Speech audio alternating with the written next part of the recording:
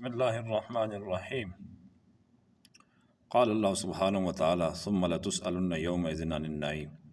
اللہ تعالیٰ کا ارشاد مبارک ہے کہ قیامت کے روز تم سے تمام نعمتوں کے بارے میں سوال کیا جائے گا، یعنی پوچھا جائے گا ان کو کیسے استعمال کیا ہے۔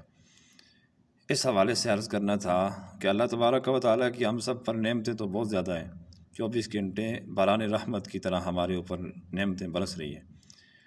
تو 5 نعمتیں ایسی ہیں جن کے بغیر انسان نہیں ہے اور کوئی اس کا گزارا نہیں ہے۔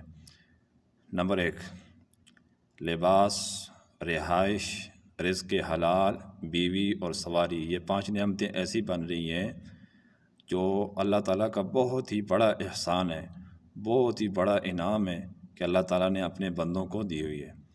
پہننے کے لیے لباس، رہنے کے لیے مکان، کھانے پینے کے لیے رزق حلال، اور اسی طرح ایمان کی تکمیل اور گھر کی خدمت کے لیے، اولاد کو سنبھالنے کے لیے بیوی کی نعمت، اور دور دراز سفر پر جانے کے لیے سواری کی نعمت۔